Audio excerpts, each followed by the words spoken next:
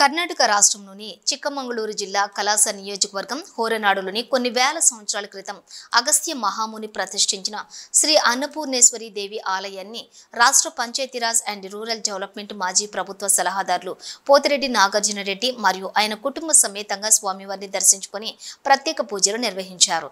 ఈ సందర్భంగా ఆయన మాట్లాడుతూ అగస్త్య మహాముని ప్రతిష్ఠించిన అన్నపూర్ణేశ్వరి దేవి ఆలయం చాలా మహోన్నతమైన శక్తిగల ఆలయమని ఇక్కడికి దేశ నలుమూలల నుంచి భక్తులు రావడం జరుగుతుందని ఆయన అన్నారు।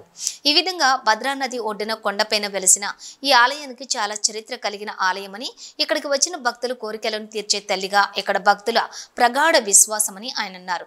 కావున భక్తులు ఒక్కసారైనా శ్రీ అన్నపూర్ణేశ్వరి దేవిని దర్శించుకోవాలని ఆయన అన్నారు। నమస్కారం। ఈరోజు కర్ణాటక రాష్ట్రంలోని చిక్కమంగళూరు డిస్ట్రిక్ట్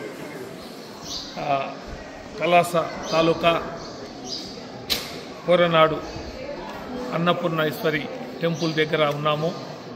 ఇక్కడ కొన్ని వేల సంవత్సరాల క్రితం ఇక్కడ అగస్త్య మహర్షి ఇక్కడ విగ్రహాన్ని ప్రతిష్ఠించాడని ప్రతీతి।